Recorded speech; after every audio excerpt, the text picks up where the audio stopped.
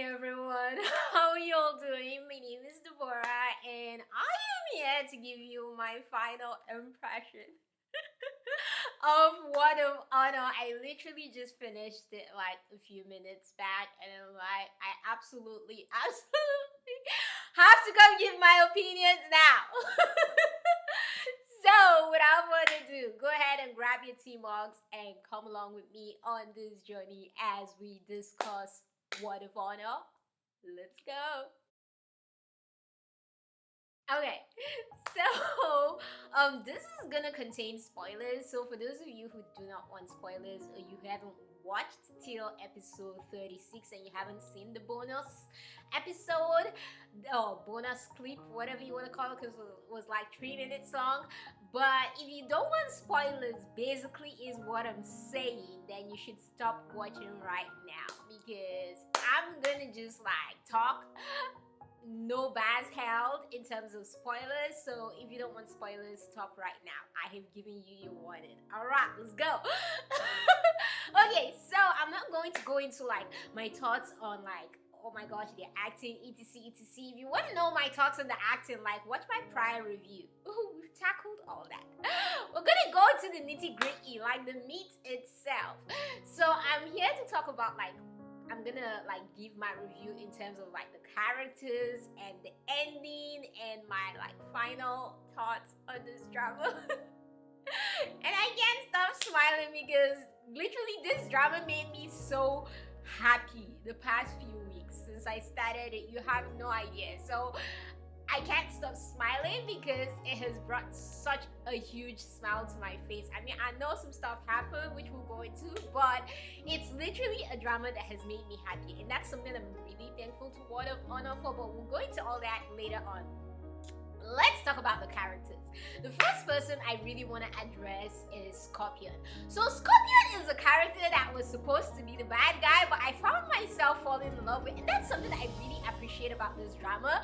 How even the characters who were meant to hate, I didn't totally hate them and stuff. And there were things about them that I'm like, wow, dang, I understand. Like, I don't support some of your actions, but I understand where you're coming from and stuff. So I don't really fully hate you.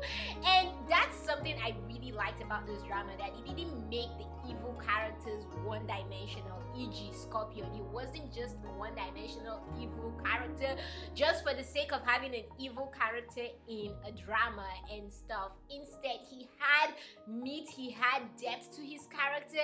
He was a character that basically, if this was a story told from his perspective and not Wei Keng's perspective, we might have all been rooting for Scorpion. And so I have a special place in my heart for Scorpion and stuff.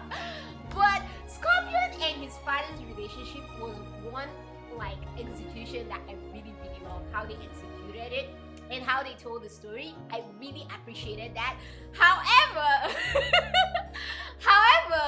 I saw this comment like on Twitter that talked about how the father character did not like that his character was being shipped with Scorpion, and he was like telling people to stop shipping him. And then once I saw that comment, like prior to seeing that comment, I literally thought of them as literally father and son. And then I saw that comment and it just messed up my view. I blame that comment because I'm like, oh wait, are they meant to be a couple? Is there something I'm missing here? And then I started questioning everything they do, and I didn't read the novel. I haven't read the book yet, so I started questioning every single action they were taking, and I'm like, oh dang, they're also a couple. And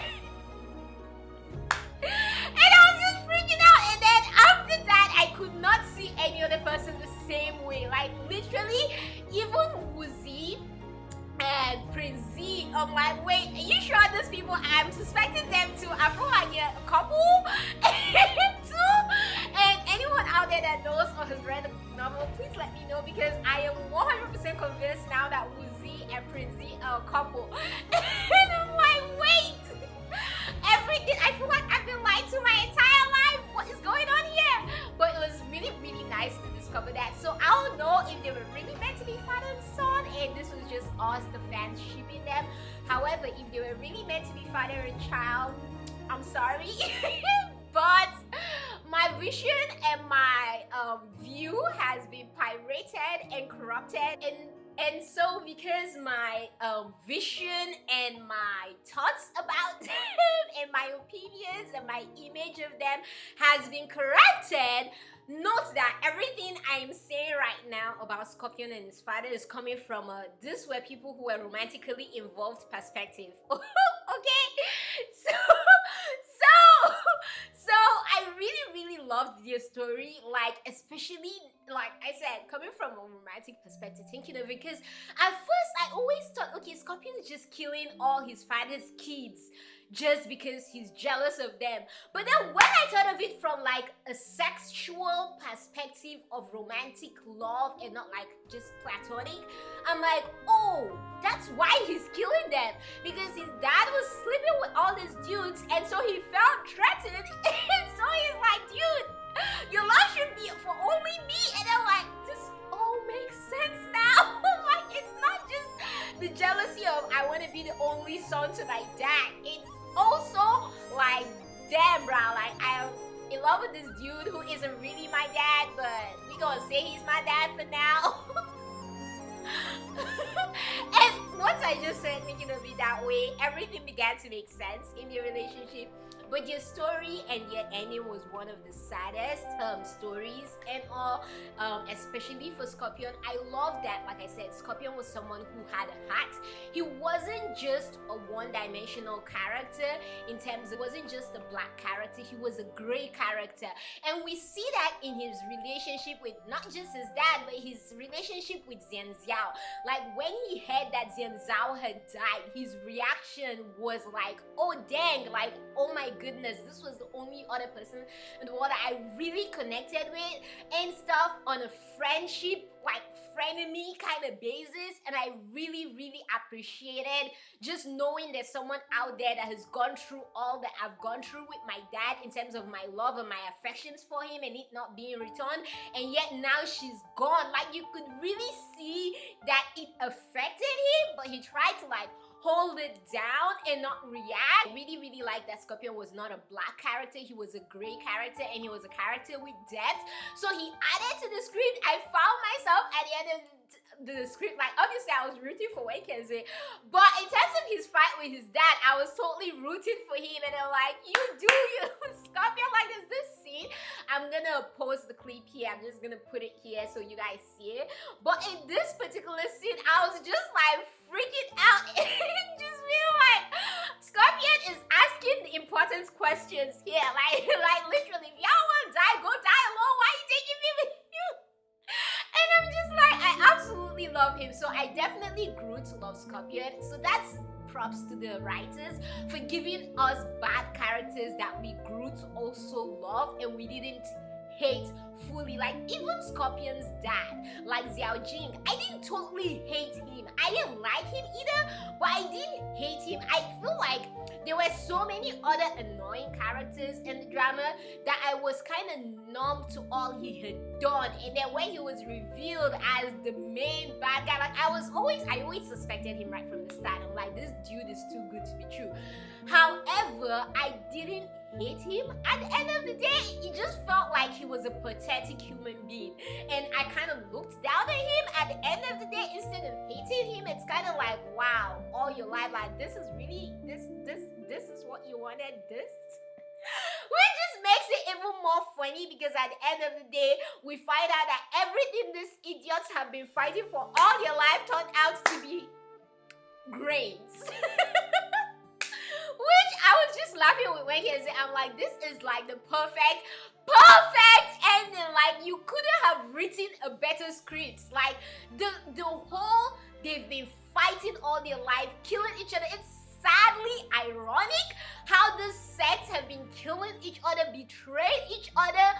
The sects that are supposedly good, evil, like Asiang's Boo master and stuff, Kao and Ning's master and stuff, that's pretending to be good. Meanwhile, he's the actual evil guy because all he really wanted was the armory, the key to the armory, and to go into the armory. And he killed his disciple just for his greed and stuff. And at the end of the day,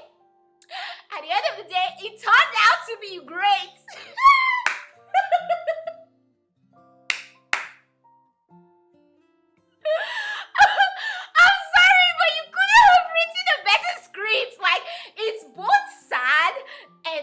we've lost so many lives, like the Zens, Rongzuan, like so many good people had to die.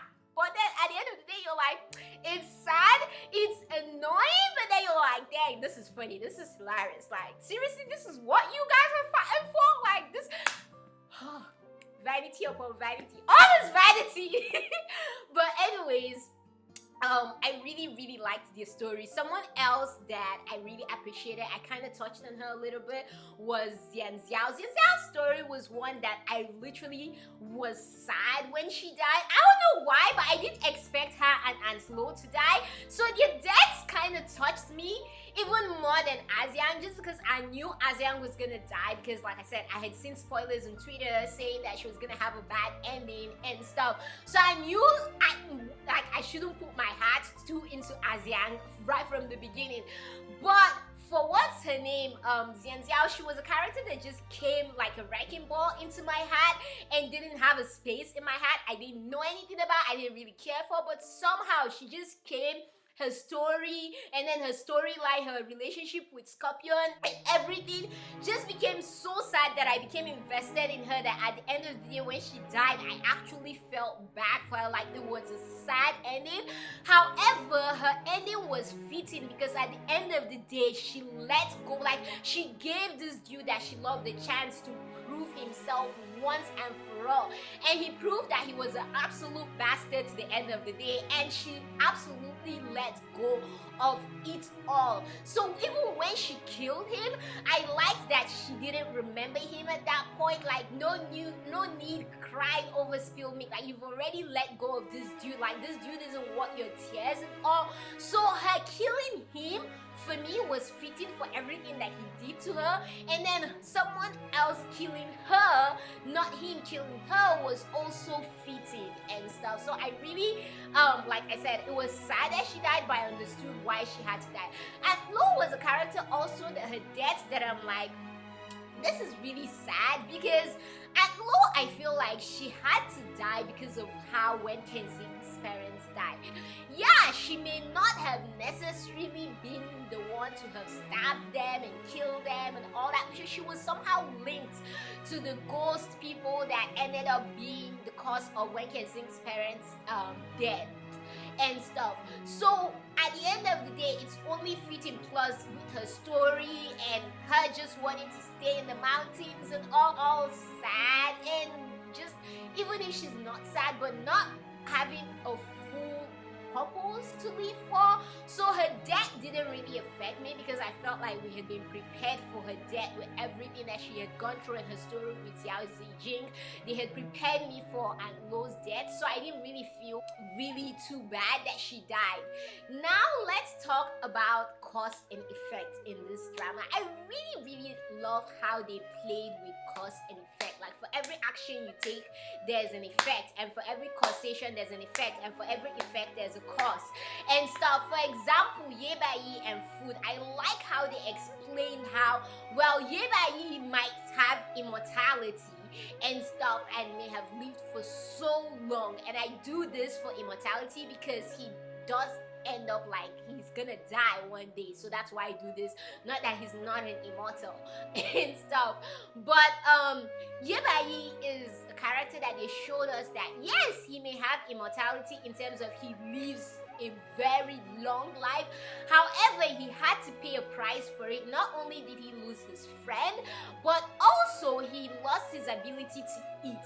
That's something I really like, that they showed us not just like that cause and effect, but they also explained why it was that Ye Bai was eating so much, because we wouldn't have understood, and you'd be thinking like, dang, like why is this dude eating so much? But they gave us an actual reason for it, which is something I really like with this drama, that they do a really good job of explaining things.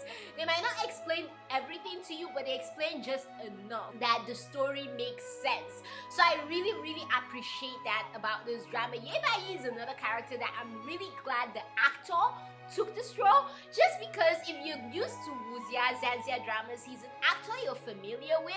However, he always plays the bad roles, and this dude who jilts his lover, or he's just this bastard and a betrayer and a traitor, just someone evil and stuff. He's always always the antagonist in dramas.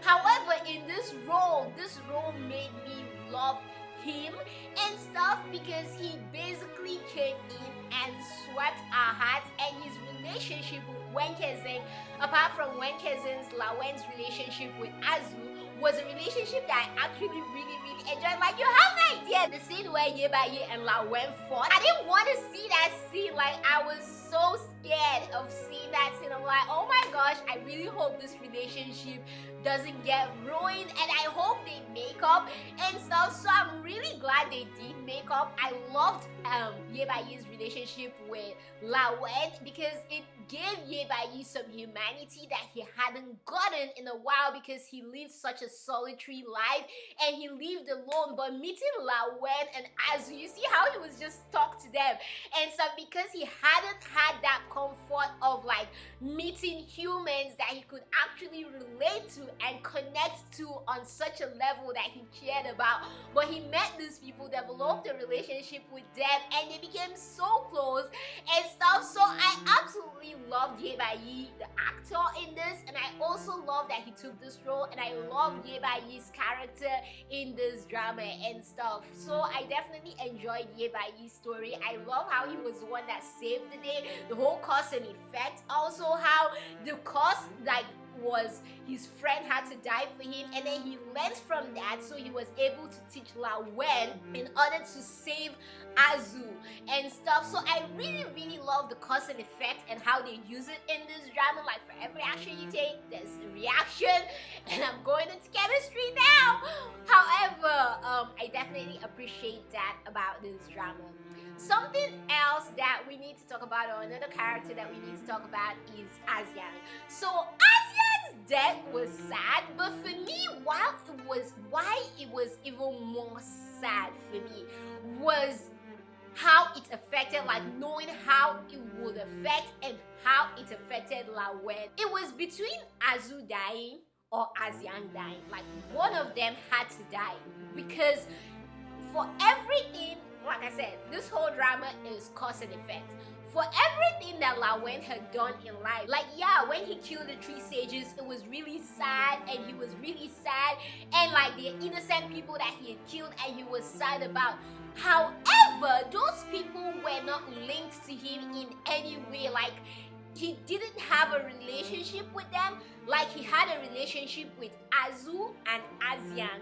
And so one of the closest people to him had to die as kind of like a debt or payment for all the debts and all the bad that he had done prior to that time. So like I said, for every cause there's an effect, for every reaction, for every action there's a reaction and stuff. So for everything he had done, he had to lose someone closest to him. And in my mind, I'm going either Azu or Asian. And since with everything he has been through from his childhood and all, it would just be too heartless to take Azu away from him. So I can see why it was Asian that had to die and had to be the sacrificial lamb and stuff. That's kind of why I'm not mad at writers for it, because I feel like they've prepared my mind for that. I keep repeating myself, and you hear this a number of times. However, they've prepared my mind for every cause there's an effect. So for everything he has done, yeah, we feel bad for him. Yeah, he was wrong. However, people did die, innocent people, and how does he pay for this? Sorry? Yeah, sorry is nice, but the thing about karma is, unfortunately, sometimes just a sorry is not enough, and you have to pay for blood with blood. And in this instance, it had to be Asian that had to be sacrificed, and it's really sad and stuff, but I understood why it had to be Asian that died and not someone else that he wasn't as attached to. Because I can hear some people out there saying, but Aunt died and he was close to her. Yeah, but he didn't have the depth of relationship with Aunt Lo that he had with Asian. Asian was literally like his daughter and his sister and stuff. He had a deeper bond with her than he had with Aunt Lo. So it made more sense that they had to take someone away from him that would hurt him to his core and stuff. And who better to take than Azu or Aziang? And since you can't take Azu, because that just be like too evil, considering everything this dude has been through his whole life, then why not take Aziang? So I get why it was Aziang that ended up dying. It's sad, however, I understood why from that perspective. Also, I'm not like fully mad. Like, I would have loved her to survive because of my own selfish reason of my wanting Lawen to be happy that he didn't lose her. However, I also understood why she had to die, because the person she absolutely loved, Kawening, had died and stuff, and she wouldn't have really wanted to leave on without him being there. She wouldn't really have had a purpose anymore to leave, or be motivated to leave anymore with him being gone. That's just how much she loved him. So I understood why she had to go with him, go along with him to the afterworld and stuff. So it's really sad, but at least look at the bright side. They're together in the afterworld, happy and chilling and probably having kids and stuff. Yeah, the next person that I want to talk about is Shan Ling. Shan Ling! I am so glad, because I was so worried that Azu and Lawen kept hiding the truth of Lawen's character, like who Lawen really was. And so even though I had seen spoilers on Twitter that said like everything that was gonna happen and stuff, I didn't realize, and they had said on Twitter that the only two people who didn't know about Lawen's death being faked were Azu and Aziang. You see, another important part when I'm telling you, like, those were the two people that were closest to him, and at the end of the day, they were the two people who also didn't know the secret of everything he was doing. But anyways, all that aside, I had seen a comment on Twitter that basically said the two people who didn't know about everything that he was planning were Aziang and Azu. And so in my head, I had it at the back of my mind that everyone knew. And then when Shan Ling reacted the way he reacted, I was annoyed, and I'm like, wait, I thought he knew, so he didn't know?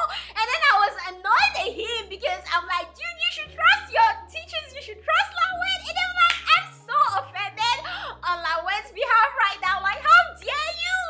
Oh my gosh! I was so mad. And then it comes out that dude knew, and he was just a really good actor, and props to him, because I totally fell for it too. And I was so mad. And so when I found out that he already knew, I'm like, oh, thank you, Jesus. Oh, because I was already thinking, I'm like, I don't even know how I'm gonna forgive you for this. Like, how dare you? Oh, I love this drama.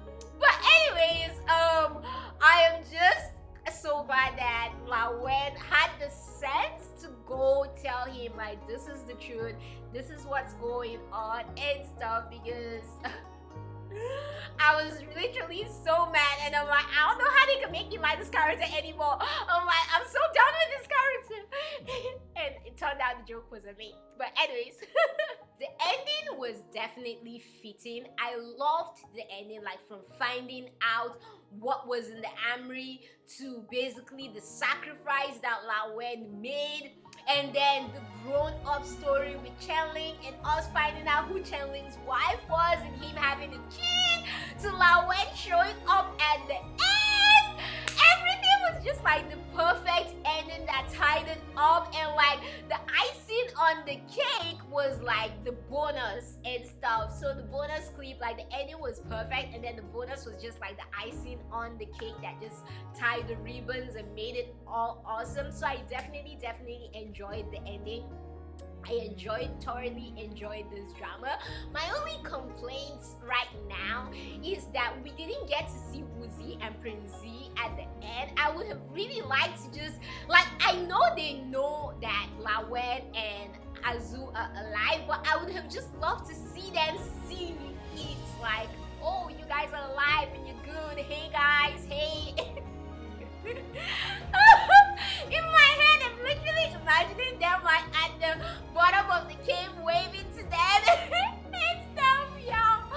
Anyways, I definitely enjoyed this drama from the beginning to the end. This was really good story, well told. They weren't unnecessarily dragged misunderstandings and stuff. I loved the trust the characters had for each other. I loved how their trust grew and their respect for each other grew, that they got to the stage where they just understood that no matter what happens, that other person will come for me. E.g., that point when La Wen came to save Azu from the window of heaven. That was my favorite scene. That was like in the entire drama, that was my absolute favorite scene and stuff. And how La Wen saved him and then knelt down to him and then greeted him, and like, I'm now officially accepting that I'm a disciple of the Four Seasons Manor.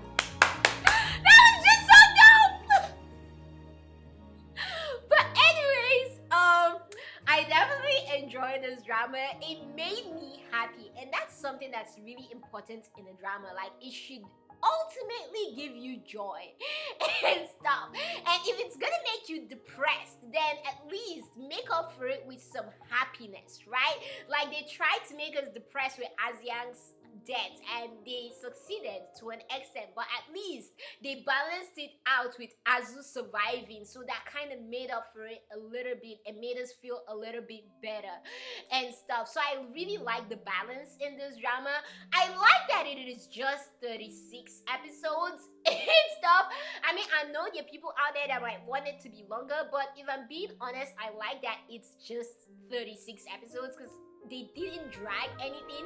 No scene was useless. They didn't give us unnecessary flashbacks.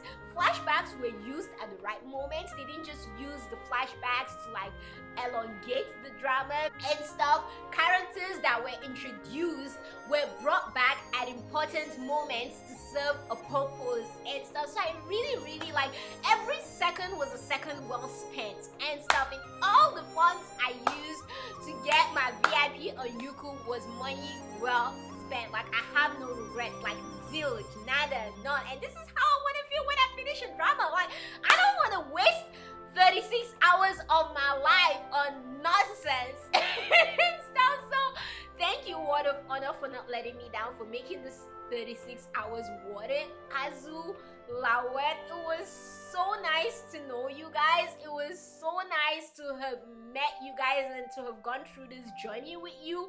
I am so glad at the end of the day you found peace, La Wen. I am so glad you didn't kill Xiao Jing and stuff. You did get, at the end of the day, your peace, and I am so happy for you. Like, why am I talking about your real people? But anyways, I definitely enjoyed this drama. What are your thoughts on the ending? On rewatch value, I definitely can see myself. It's not even I plan to. I plan to rewatch this drama, just so you know. Not now though. I'm gonna rewatch it when I go on break, like summer break. This summer, I'm gonna rewatch this drama. So just so you know, just throwing this out there. And then if I'm gonna rate this drama, I will rate this drama an A, just because they did so many things right that I might not come here and tell you, oh my gosh, I was crying tears for etc and etc and etc. However, I am so happy. Like, I was happy throughout this drama. Like, there were sad scenes that, like I said, were sad and heartbreaking and stuff. However, this drama left me feeling so joyful and happy, and I am so thankful for that, because not a lot of dramas can do that, but this drama was able to do that and just make me feel like it was worth it and all. Like, you don't need to literally give us I'm just thinking of some horrible dramas. Like, you don't need to give us too much angst in order to make a drama great. Like, this drama did, like, the angst for me was like very minor compared to certain dramas that I've watched and stuff, and I am not even complaining. Like, I was totally okay with that, is what I'm trying to say. So I will definitely rate this drama an A, just because I feel like they did everything right from the beginning to the end, and that's just my opinion. However, what did you all think? Let me know your thoughts in the comments down below. Don't forget to give this video a like. Don't forget to share.